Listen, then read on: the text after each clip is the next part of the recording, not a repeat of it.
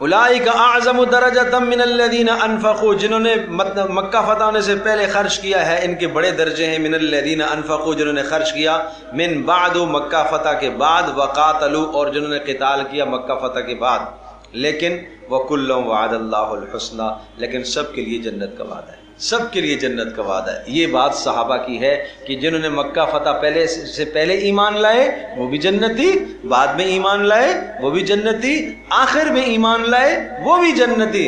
ارے وہ مبارک آنکھیں ہیں جنہوں نے محمد رسول اللہ صلی اللہ علیہ وسلم کا ایمان کی حالت میں دیدار کیا اور ایمان کی حالت میں ان کا خاتمہ ہوا، صرف زندگی میں ایک بار دیدار کیا، اس کے لیے بھی جنت کا وعدہ ہے۔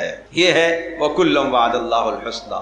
اللہ اکبر۔ صحابہ پر قدغن لگانا، صحابہ پر الزام تھوپنا، کسی صحابی پر الزام لگانا، اور مشاجرات صحابہ کی زندگیوں میں آپس میں ان کے جو کوئی اختلافات یا کوئی ہوئے، سب تاریخی باتیں ہیں۔ قرآن کہتا ہے رحماء بینہم، آپس میں شیر و شکر تھے، آپس میں نرم دل تھے، آپس میں بے پناہ محبتیں کرنے والے تھے۔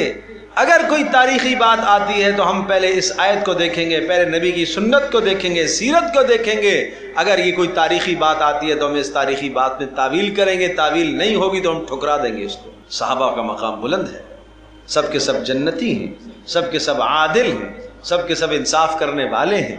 اللہ اکبر۔ وَكُلًّا وَعَدَ اللَّهُ الْحُسْنَى۔ ایسے لوگوں کے ساتھ کوئی دوستی نہیں ہونی چاہیے جو صحابہ کو گالیاں دیں، صحابہ کو برا بھلا کہیں، صحابہ کو بری نگاہ سے دیکھیں، صحابہ کے اوپر طنز کریں، طعن و تشنیع کا نشانہ ان کو بنائیں۔ اللہ اللہ فی اصحابی، عجیب حدیث ہے۔ اللہ سے ڈرتے رہنا، اللہ سے ڈرتے رہنا، فی اصحابی، میرے ساتھیوں کے بارے میں، لا تتخذوہم من بعدی غرضا، میرے بعد ان کو طعن و تشنیع کا نشانہ نہ بنانا۔